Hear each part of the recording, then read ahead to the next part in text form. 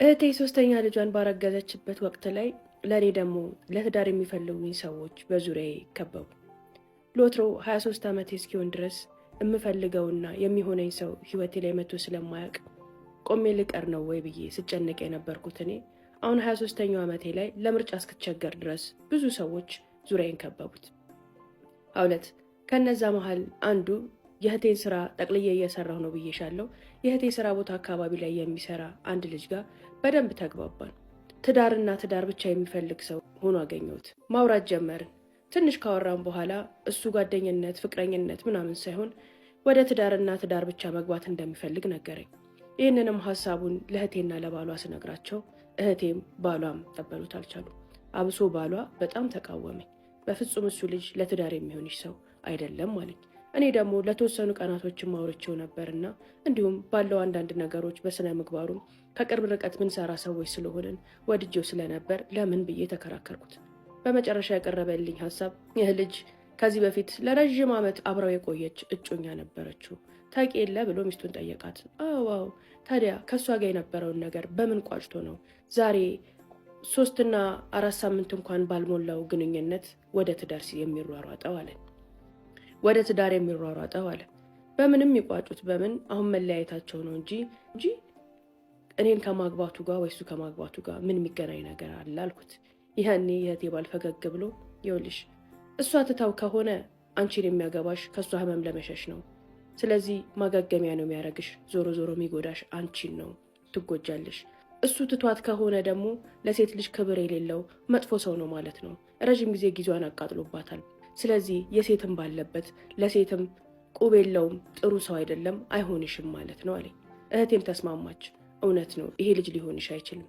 ያችን የመሰለሽ ፍቅረኛውን ለምን ተዋት?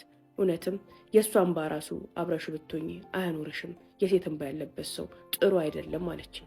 በእነሱ ሀሳብ ተስማማው። ይህ ካለፈ በኋላ ሌሎችም ሰዎች መምጣት ጀምረው ነበር። ነገር ግን ለምን እንደሆነ አላውቅም፣ እህቴም የእህቴም ባል ደስተኞች አልነበሩም። አብሶ የእህቴ ባል የማመጣቸውን ሰዎች ሁሉ ያጣጥልብኝ ጀመር። በዚህ መሃል እህቴ በውለጇ እየተቃረበ ሲመጣ የወንድሜ የጓደኛው ወንድም ከውጭ ሀገር ትዳርና ትዳርን ብቻ ፈልጎ ለማግባት መጣ። ያኔም ወንድሙ ቤተሰቡን ይወድ ስለነበር ስለዚህም ልጅ የሚሰማቸው አንዳንድ ጥሩ ነገሮች ስለነበሩ እህቴን ተዋወቃት ብሎ ያለንበት ድረስ ይዞ መጥቶ አስተዋወቀን። ከዚህ ልጅ ጋር ገና እንደተያየን ጥሩ ግብብነት ውስጥ ገባን። እኔም ተመቸኝ፣ እሱም ተመቸውት። ማውራት ጀመርን። የተወሰነ ካወራን በኋላ ለወንድሜ ቤተሰባችሁን ወደዋለሁ፣ ከእናንተ ጋር ብንዛመድ ደስ ይለኛል። ወንድሜ ስለ እናንተና ስላንተ ብዙ ነገር ስለነገረኝ እኔ ለማግባት ብቻ ነው የመጣሁት፣ ዳሩኝና ይዣት ልሂድ ብሎ ወንድሜን ጠየቀ። ለእሷ ጠይቃት፣ ከእሷ ጋር ከተስማማችሁ እኛ ደስ ይለናል፣ እንድርሃለን፣ እኛም አማሻችን ብትሆን ደስ ይለናል አለው። ይህን ሀሳብ ለእኔ ሲያቀርብልኝ እኔም ደስተኛ ነበርኩኝ። ያ ወቅት ማግባት የምፈልግበት ወቅት ነበር። እንደነገርኩሽ ቆሜ ልቀር ነው ወይ ብዬ ጭንቀት ውስጥ በገባው ሰዓት ነበር ይህን ሀሳብ ይዤ ወደ እህቴና ወደ እህቴ ባል መጣሁ። እሺ ተባለ። እህቴ ግን ብዙም ደስተኛ አልነበረችም። ያኔም እህቴ ላይ የነበረውን ቅሬታና ሀዘን ስመለከት ምን ሆነች ነው አልኳት። አይ ምንም፣ እንደው ከኔ መራቅሽ ይከብደኛል ብዬ ነው፣ አብሶ እንዲህ በሆንኩኝ ሰዓት ስትል፣ እንደዚህ ሆነሽማ ጥዬሽ አልሄድም፣ እስክትወልጂ ድረስ እጠብቃለሁ አልኩኝ። ይህን ስል በጣም ደስ አላቸው። አንቺ የመጨረሻው የቤቷ ልጅ ነሽ፣ እኔ ነኝ ቬሎሽን አልብሼ ድል ያለ ድግስ ደግሼ የምድርሽ። ስለዚህ እሱ አሁን ይዞሽ ለመሄድ ነው የመጣው፣ ያለውም ጊዜ አጭር ነው። በዚህ ነገር ይስማማ አላቅም። በዚህ ከተስማማ ግን ሚስቴ ከወለደች በኋላ ድል ያለ ድግስ ደግሰን እንደ መጨረሻ ልጅነትሽ ቬሎ አልብሰን ከቤት ትውጫለሽ፣ በዚህ አሳምኘው አለኝ። ይሄን ነገር ለልጁ ነገርኩት። ደስተኛ አልነበረም። በጣም ቅር አለው። እኔ መመላለስ አልችልም፣ እዚህም ያለኝ ጊዜ አጭር ነው፣ የመጣሁት አግብቼ ይዤሽ ለመሄድ ነው። ስለዚህ እዚህ በሆን ኖሮ ችግር አልነበረውም። ያሽ ስለሆንኩኝ ግን ይህን ነገር ተገንዝበሽ ትዳሩን መፈለጊው ከሆነ አሁን እናርገው አለኝ። ያኔም እንደነገርኩሽ ቆራጥ ነኝ። ኮስተር ብዬ በዚህ የምትስማማ ከሆነ ሽማግሌ ላክ፣ ቀጠሮ ይያዝና ኪዳን ተገባብተን ትሄዳለህ። ስትመጣ እኔም የመጀመሪያ ትዳሬ ነውና እንደ የትኛውም ወጣት ጥሩ ድግስና ቬሎ ለብሼ መዳርን ስለመፈልግ ሁሉን ነገር አዘጋጅቼ እጠብቅሃለሁ። በዚህ ማትስማማ ከሆነ ደግሞ ቻው አልኩት። አንዳንድ ቆራጥነት ጥሩ ነው። ይህ ልጅ እየተነጫነጨ ሄዶ እሱም አልስማማም አለኝ። እኔም አልስማማም ብዬው ከተለያየም በኋላ ውሎ አድሮ ግን ሀሳቡን ቀይሮ እሺ አለ። ደስ አለኝ። ለቤተሰብ ሽማግሌ ላከ። በተባለው መሰረት ለ3 ወር ቀጠሮ ተይዞ ቃል ኪዳን ተገባብተን እጮኛሞች ሆነን ተለያየን። ከኢትዮጵያ እስከሄድ በነበረው ጊዜ ውስጥ እየተገናኘን እየተደዋወልን ጥሩ የሚባል ጊዜ አሳለፍን። ከተማም ውስጥ ከከተማም ውጭ እየወጣን። ጥሩ ስነ ምግባር ያለው መልካም ሰው ነው። ልቤ ውስጥ ለመግባት ብዙም ጊዜ አልፈጀበትም። ወደድኩት፣ እሱም ወደደኝ። ቅርበታችን በጣም ጥልቅ ሆነ። እንደዛው ያልን እህቴ ቀጣይ ቤቷ ድግስ የሚደገስበት አራስም የሚታረስበት ቤት ስለሆነ ሙሉ ለሙሉ ቤቱ መታደስ አለበት አለች። እሺ ያልን ሙሉ ቤቷን ቀለም አስቀብተን እንደ አዲስ አሳደስ ነው። እቃዎቿን ሁሉ ቀያየርን፣ ቂቤ ያነጠርን። ሀውለት ሰራተኞቹ እንዳያስቸግሯት ብዬ 10 ኪሎ ቡና ነው ቆልቼ ፈጭቼ ያስቀመጥኩላት። አራስ ቤት ታውቂዋለሽ፣ የሚገባው ለሚወጣው ሁሉ ቡና ይጣዳል። ያ እንኳን እንዳትቸገር ብዬ የሚያስፈልጓትን ሁሉ ነገር አሟላሁላት። ቤቱ አዲስ ሆነ፣ እቃው ሁሉ ነገር ተስተካከለ።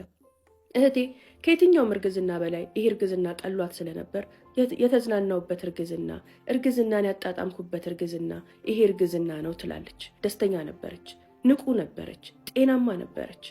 ያ እርግዝና በጣም ይለይ ነበረ። ሁለቱን ልጆቿን በከባድ ስቃይና መከራ ውስጥ ሆና 9 ወሮችን ስላሳለፈች በዚህ እርግዝናዋ ቀለል ካሉ ህመሞች ውጪ ምንም ስላልነበረባት እንደፈለገች እየበላች እንደፈለገች እየተንቀሳቀሰች እንደፈለገች እየሆነች ነበር 9 ወሩን ሙሉ ያሳለፈችው። በዛም በጣም ደስተኛ ነበረች፣ እኛም ደስተኛ ነበርን።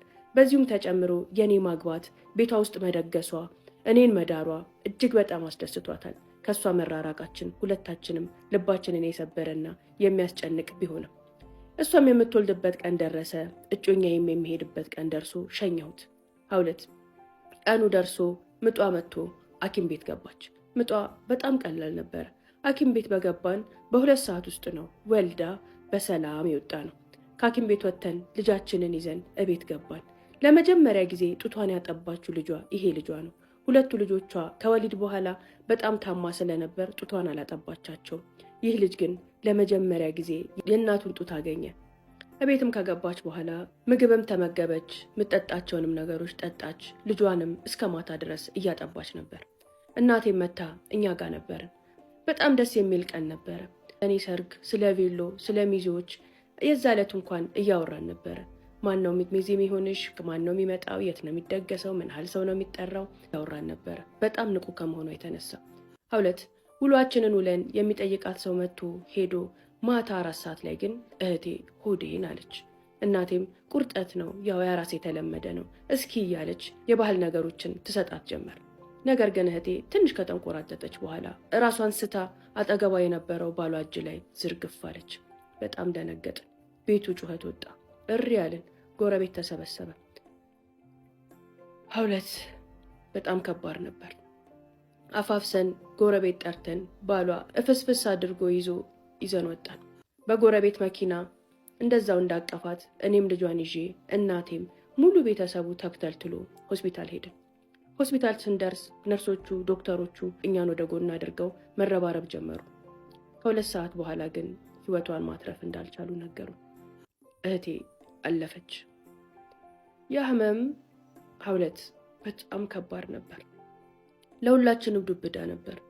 በቅጽበት ውስጥ ከደስታ ወደ ሐዘን ወደ ድንጋጤ ተቀየረ ሁሉም ነገር። በደንብ እየወደድሽው ምንም ነገር ሳታጎይበት፣ እሱ ግን ያንቺን ኦሬዲ ኢሞሽናል ኢንቴንሲቲ እንደሆነ ነገር አይቶት ምናምን ጥሩ እየሆንሽለት ምንም ነገር ሳታጎይበት አንቺን ትቶ ወደ ሌላ ሴት መሄድ ኦር ደግሞ ትቶሽ መሄድ በአጠቃላይ የሚገጥመውን 5 ነገሮች ነው የምነግርሽ። ይሄንን ስልሽ ለሱ መስጠት ያለብሽን ነገር አንቺ ባውንደሪ ሳታበጂ በመስጠትሽ አንቺ ትቀምሻታለሽ። መጀመሪያ ላይ ፔን አለ ኦፍ ኮርስ፣ ትቶሽ መሄዱ ራሱ አንድ ዌክ አፕ ኮል ነው። ከዛ ግን እሱ ኦሬዲ አንቺን ለዛ አሳምሞሽ አስለቅሶሽ በመሄዱ ምንም ነገር ማይደርስበት መስሎሽ ከሆነ ይውሽ ፈጣሪ ልጁን አስለቅሶበት የሚምረው መስሎሽ ማለት ነው። ወንዶች ይሄንን ሲስሙና አረጋግጡልን። የመጀመሪያ በጣም የምትወደውን ሴት ትቶ ለኮንቪኒየንስ ወይም ለኮምፈርት ወይም ደግሞ በቃ አፕሪሺየት ሳያረጋት የሄደ ወንድ እና ከእግዚአብሔር የተላከች ሴት ከነበረች ያቺ ሴት የሚገጥመው የመጀመሪያው ችግር ስፒሪቹዋል ከቨር ያጣል ማለት ነው። ይሄም ማለት በጣም ሴቶች አብዝተን ስንወድ ወንዶች እንደምንጸልይላቸው አያውቁም። እና የኛ ኢሞሽናል የኛ ስፒሪቹዋል አቅማችን በጣም ከፍተኛ ነው። በተለይ ፍቅር ያዛት ሴት ቀጥታ ከእግዚአብሔር ጋር ነው ዳይሬክትሊ ኮንታክት ያላት ማለት ነው። ምክንያቱም ስሜቱ ራሱ ፍቅር የሚባለው ስሜት ራሱ ፈጣሪ በልባችን ውስጥ ያሳድርብን ፐርፐዝ አለው እንጂ ዝም ብሎ ይሄ እናንተን ለማድነቅ ወይ ወንዶቹን ለማድነቅ ሴቶቹን ደግሞ ለማደክረት አይደለም። there is a divine purpose አለው ነው። በጸሎቷ በጣም ነው የምትሸፍነው ማለት ነው። እና ያ ሁሉ እሱ ህይወት ላይ ሊፈጠር የነበረውን ኬዎስ በጣም ነው አብዞርቭ የምታደርግለት ማለት ነው። ሶ the moment እሷን አስቀይሞ ሲሄድ የመጀመሪያ ችግሩ ምንድነው? ይሄንን መንፈሳዊ ከበር ያጣል ማለት ነው። ስለዚህ ህይወቱ የመጨረሻ ምስቅልቅልቅልቅል ለማለት ይጀምራል ማለት ነው። ኬዎስ በዙሪያው ላይ በጣም ማንዣበብ ይጀምራል። ሁለተኛ ኢሞሽናል ሴፍቲ የሚባለውን ነገር ያጣል።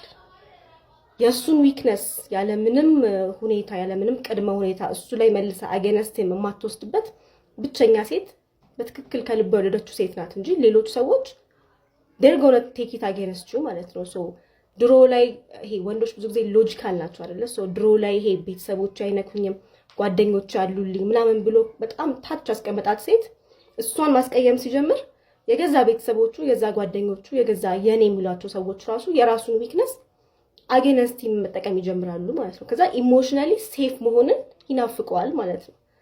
ሶስተኛ ራሱን ያጣል። ራሱን የሚያጣበት ምክንያት በሷ ውስጥ ነበረ ያ ትልቁን ማንነቱን ኤክስፒሪየንስ ያደረገው። ፍቅር ማለት ሰው አንድ ሴት የሆነን ወንድ ስትወደው ሃየር ሰልፉን ነው ተሳየው ማለት ነው። ሶ እሱ በራሱ ሰርቶ ያመጣው ማንነቱ ነው የሚመስለው፣ ግን ኢት ዋዝ ዘ ሚረር። እሷ እዛ ጋር ፕሬዝ ባታረገው ሁሉ ነገሩ ሽፍንፍን ባታረገው ያንን ሁሉ ኢነርጂ ባትሰጠው እሱ ያንን ማንነቱን ገና አልተላበሰው ይሆናል። ሶ የኔ ማንነት ነው ብሎ ሲኮፈስ የነበረ ወንድ the moment ያቺ ሃይስት ፖቴንሻል የምትሳየው ሴት ካጠገቡ ስጠፋ ራሱን ያጣል። በቃ ፍርስርስ ይላል። ያ ሁሉ ጭብጨባ ያ ሁሉ ውጪ ላይ ፈልጎ የሄደው ቫሊዴሽን ሌሎች ሰዎች ጋር የሚያገኘው ቫሊዴሽን ምናምን ለካ በሷ ብርሃን ውስጥ ሆኖ ነበረ አፕሪሺየት የሚያደርገው። ከዛ በኋላ ግን ልክ የሷ ሲንግል ፎከስ ከሱ ህይወት ላይ ሲወጣ ውጪ ላይ ያሉ አድናቆቶችና እንትኖች ፌክ እንደሆነ ይሰማል፣ ወይም ደግሞ ለትክክል ለማንነቱ የተሰጠው ሳይሆን ለአቺቭመንቱ የተሰጠው እንደሆነ መረዳት ይጀምራል ማለት ነው። ሶ በጣም ከባድ የሆነ የማንነት ቀውስ ውስጥ ይገባል ማለት ነው። አራተኛ ሎስ ኦፍ ጋድ ጊቨን ጉድነስ ነው። ቅድም እንዳልኳችሁ ፈጣሪ በሴት በኩል ሊባርካችሁ ሲመጣ የሷን ልብ በፍቅር ሞልቶ በካይንድነስ ሞልቶ ሲያመጣላችሁ ያንን ነገር የምትገፉት ከሆነ ዓለም ፊቷን እናንተ ላይ ማዞር ትጀምራለች ማለት ነው ወንዶች። ከዛ ምንድነው ኦሬዲ በሷ ውስጥ ይደረግላችሁ የነበረው ፌቨር በሴቷ በኩል የመጣላችሁ የነበረው ፌቨር እንዳለ ይቋረጥና ስራችሁ አይባረክም፣ ደስታ ከናንተ ይጠፋል፣ ማንነታችሁን ትጠሉታላችሁ፣ ማንነታችሁን አታውቁትም ሁሉና እዚህ ምድር ላይ you'll feel lost ማለት ነው። ምክንያቱም ፈጣሪ በሷ በኩል ሊባርካችሁ የመጣውን ነገር ያ ሁሉን ፍቅሩን ያለምንም ስራ ያለምንም ቅድመ ሁኔታ ያገኛችሁትን ያንን ፒውር የሆነ አፌክሽን እና ፒውር የሆነ ጊፍት ንቃችሁ ሄዳችኋል ማለት ነው። ሶ በደንብ አድርጎ ህይወታችሁን ድርቅ ያደርግላችኋል ማለት ነው ወንዶች። አምስተኛው በህይወቱ አንድ ጊዜ መገኛትን ሴት ያጣል ማለት ነው ባጭሩ። ይሄ ማለት ሴት ሞልቷል፣ ፕሌስ ሆልደሮች በደንብ አሉ ለሴቶችም ለወንዶችም።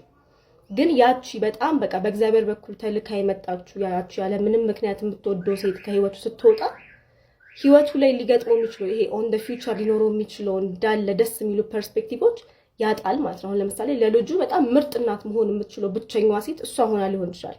ከዛ በኋላ እኮ ምርጥ ሴቶች እኮ አሉ እኮ፣ ግን ያንን እዚህ ፉልፊልመንት የምትሰጠውን አይነት ሴት አትሆንም ማለት ነው። በጸሎቷ ምናምን ልፋቱን የምታቃናለት ያቺ ሴት ኦልሬዲ አምልጠዋለች ማለት ነው። ቢያጣ ቢነጣ ምን ብትል ምናምን አብራው ስትራግል የምታደርገዋን ሴት ያጣል ማለት ነው። በአጠቃላይ በቃ ፈጣሪ በሷ ውስጥ ኦልሬዲ ቋጥሮ የመጣውን ብሌሲንግ እንዳለ ያጣል ማለት ነው። ሶ ወንዶች ያለምንም ኮንሲኩዌንስ የምትወዳችሁን ሴት ትታችሁ በመሄዳችሁ ህይወታችሁ የሚቀጥል መስሏችሁ ከሆነ በጣም ተሳስታችኋል። እና ከዚህ ነገር ሁሉ ይሄን ነገር ምናልባትም ኖቲስ የሚያደርጉት ከአመታት በኋላ ሊሆን ይችላል። ግን በዚህ ሁሉ ነገር ውስጥ ካርማችሁን መክፈል የምትፈልጉ ከሆነ ዝም ብላችሁ ምንም ሳትቀየሩ ሄዳችሁ ልጅቷን ይቅርታ በመጠየቅ አይደለም፣ እሱ አይጠቅማችሁም። ምክንያቱም ኢትስ ጀስት አ ፐርፎርማንስ። ሶ እንደ አዲስ ካርማችሁን ፔይ ኦፍ አድርጋችሁ አዲስ ህይወት አዲስ ጥሩ የተረጋጋ ነገር የምትፈልጉ ከሆነ ድሮ የፈራችኋትን ኢሞሽናል እንትን ወደ ውስጥ ገብቶ ራስን መመልከትን ፐርፎርም ማድረግ ሳይሆን በትክክል ቁጭ ብላችሁ ራሳችሁን ማዳመጥና ራሳችሁ ላይ መስራት ተጠበቅባችኋል ማለት ነው። ያኔ በሴቷ በኩል አክሰስ የምታደርጉት ነፍሳችሁ ጋር ስለምትታረቁ ከእግዚአብሔር ጋርም ኦልሬዲ ከፈጣሪያችሁ ጋር በየሃይማኖታችሁ ኦን የሆነ እንዴት ነው ኦን ክሊን ፕሌት መገናኘት የምትችሉበትን አቅም ትፈጥራላችሁ ማለት ነው። ምክንያቱም እንዳልኳችሁ ወንድ ልጅ ብዙ ጊዜ ነፍሱን አክሰስ የሚያደርገው በሴት በኩል ነው። ወንድ ልጅ በጣም ሎጂካል ነው። ነፍስን አክሰስ ለማድረግ በስሜት ኦልሬዲ ራስን ማዳመጥ ያስፈልጋል። ስሜታዊነት ብዙ ጊዜ ወንዶች ጋር ስለሌለ በምትወዳቸው ሴት በኩል ወይ ደግሞ የኔ ብሎ በሚንከባከባት ሴት በኩል ነው ያንን ነገር አክሰስ የሚያደርጉት። አይዲያው ምንድነው?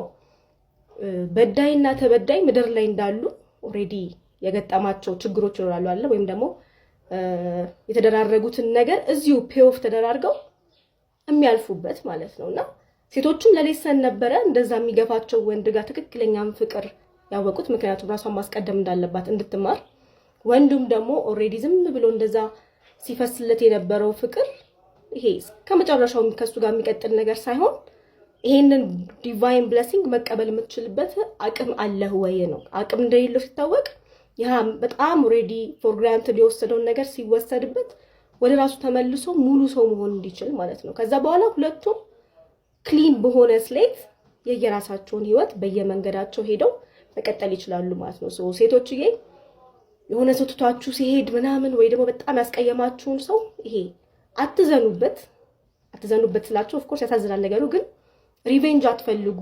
ይሄ እሰራለታለሁ ምናምን እንደዛ አይጠበቅባችሁም። በቃ ሴትነት በጣም ፓወርፉል ነው ብላችሁ ለዛ ነው ለሞመንት ስትለቁት ፈጣሪ አያስቀምጣችሁም። እንደ እንቁላል እያገላበጠ ነው ጥብስ የሚያደርጋችሁ ማለት ነው። ማለት ልጁን አስለቅሶ እንዴት ቀጥ ብሎ ሊኖር አይኖርም። ምክንያቱም እሱም የዛኔ ሲያስለቅሳችሁ እግዚአብሔር እኮ ሳይኖር ቀርቶ ሳይሆን ቁጭ ብሎ እያየ ነበረ ማለት ላይክ ሪከርድ ኦዲት ይደረጋል። በዚህ አጋጣሚ ወርዛችሁን ሴቶችም ወንዶችም የምታገኙት በዚህ ነው ማለት ነው። በቃ ላይክ እና በተቻለን መጠን እኔ እንደ ሰው አንድ የተረዳሁት ነገር ምንም አይነት ኢንቴንሽን ከሌለን ሰዎች በተለይ የሚወዱንን ሰዎች ማስቀደም ማስቀየም በጣም ከባድ የሆነ ዋጋ ነው የሚያስከፍላችሁ። ማለት ካርማ ቀልድ አይደለም። እቺ ዓለም ፌር አይደለችም እንላለን እንጂ እንደዚህ ዓለም ፌር የሆነ ነገር የለም። ኢትስ ጀስት በእኛ ታይሚንግ ላይ ያኛውን እንትን ስለማናየው ነው ሪዛልቱን ማለት ነው። ይሄ ቪዲዮ በጣም ረዝሟል። ሴቶች ኮፒ ሊንክ አድርጉ፣ ወንዶችም ኮፒ ሊንክ አድርጉ። መልካም ቀን። ኮሜንት ላይ ደግሞ እናወራለን። ባይ